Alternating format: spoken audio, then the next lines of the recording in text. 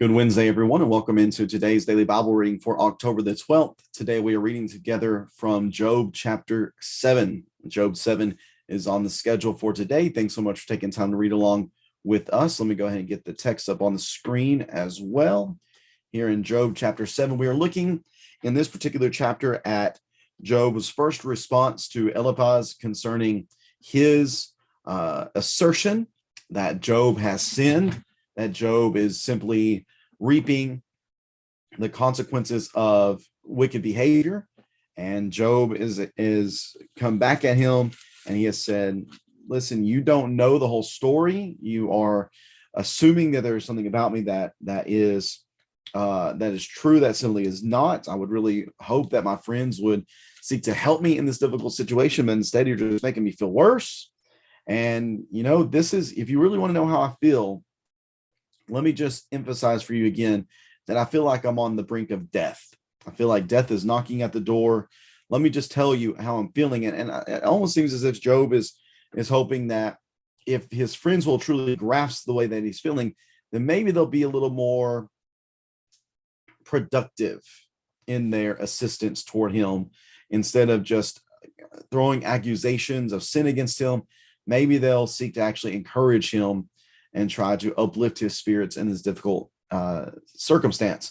So reading together here in Job chapter 7, again, this is the second half of Job's response to Eliphaz.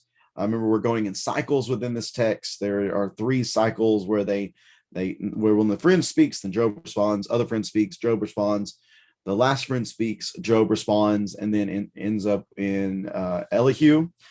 Gets his discussion in. I believe it's in 37 through 40 or 34 through 37, something like that.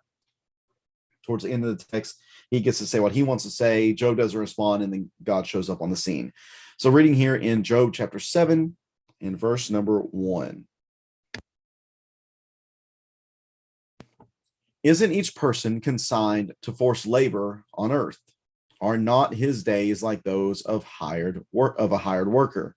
Like a slave, he longs for shade. Like a hired worker, he waits for his pay.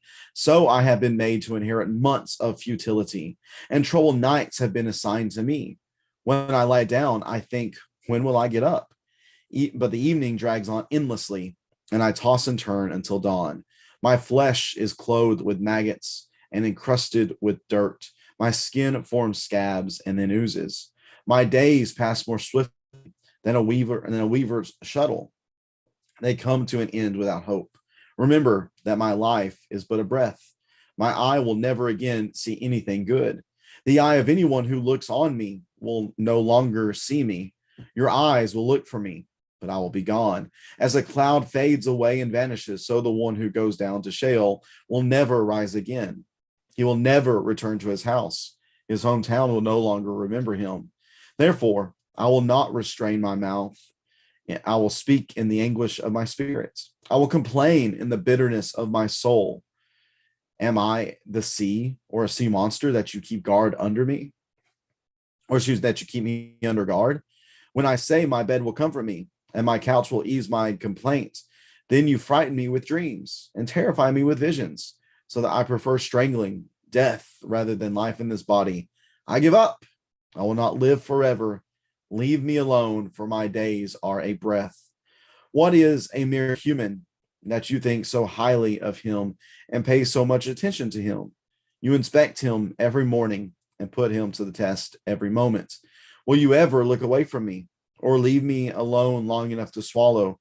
If I have sinned, what have I done to you? Watcher of humanity, why have you made me your target, so I have become a burden to you? Why not forgive my sin and pardon my iniquity? For soon I will lie down in the grave. You will eagerly seek me, but I will be gone. That's Job chapter 7.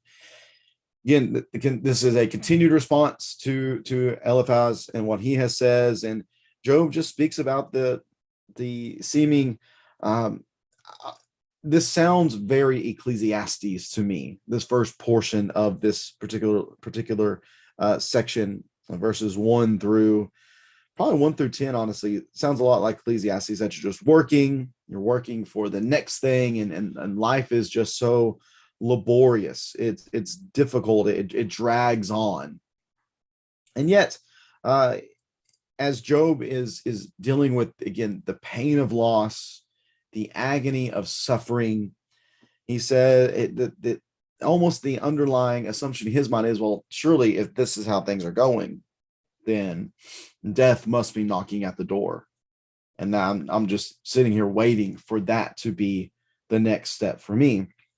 Beginning of verse 17, he starts speaking, and he says something here that's quoted in a number of other places, not necessarily quoted, but very similar language is used in Psalm 8 and verse 4, Psalm 144 and verse 3, and also Hebrews 2 verse 6.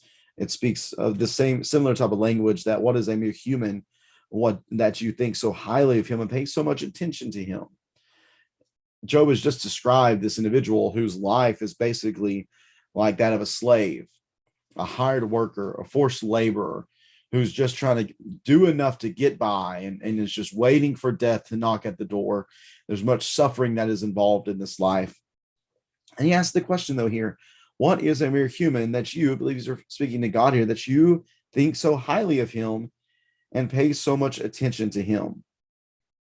You know, for us, again, we get the peek behind the curtain.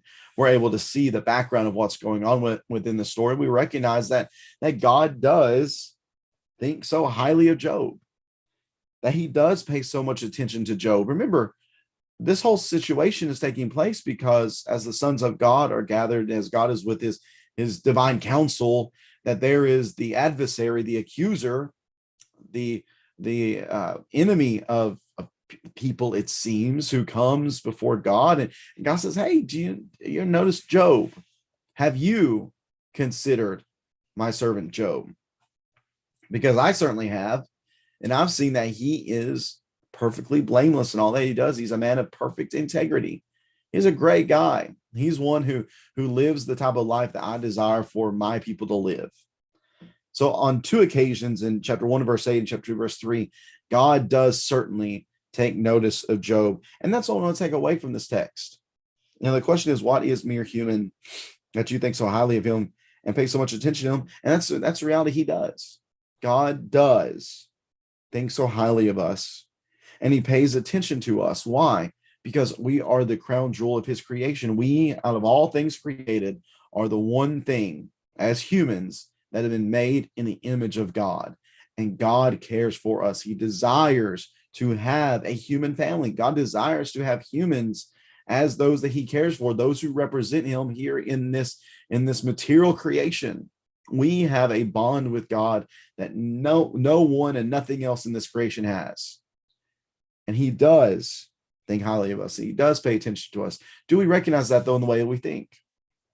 Do we ever get in the mindset of thinking that you know, I just don't know if God's paying attention. I've had such a bad string of luck lately that I just doesn't seem as if God is paying attention to me. Doesn't seem as if he's trying to help me. Doesn't seem as if he cares for me. He's not listening to my prayers, it seems. My circumstances haven't changed. Well, is that what God says is always going to happen whenever we go to him in prayer? Are our circumstances always going to change? Or could it be that he's changing us through our trust and faith in him? And here Job is just wrestling. He's wrestling with the circumstances. He's so, I can't even begin to think of the mental distress that he is under. And it is for that mental distress that he says, I will not restrain my mouth. I will speak in my anguish of my spirit, and I will complain in the bitterness of my soul. Job is wrestling here. He's wrestling with his circumstances. He's wrestling with God. He's struggling right now. He's trying to do his best to understand. And as he's doing that, seems he recognized, and we need to recognize, that God does think so highly of him. He thinks so highly of us, and that he did certainly pay attention to Job, and he pays attention to us as well. May we never forget that. May we never think that God's two ears are too short to hear, or that his hands are too weak to help, or that his eyes are too blind to notice. He always sees what's going on, and we need to trust in that And we need to continue to petition him, knowing that he will strengthen us, maybe not in the way we think, but he will be with us in our times of difficulty. And even if our circumstances don't change, we will be changed through our continued trust and faithfulness in him. Thanks so much for tuning into this reading on this Wednesday. We'll be back at it again tomorrow as we read together from Job chapter 8. Hope you can tune in for that. And also looking forward to being with everyone tonight at 7 p.m. for our monthly song, supplication, and scripture service. It looks to be a great time together. We're very much looking forward to being together for that encouraging evening tonight. Hope to see you there. Again, thanks for tuning in. If you missed any of the daily Bible readings, please feel free to check out our website, loudncoc.org, or wherever you're watching here on Facebook or YouTube. You can find those archived here as well. Again, have a great rest of your Wednesday. Take care.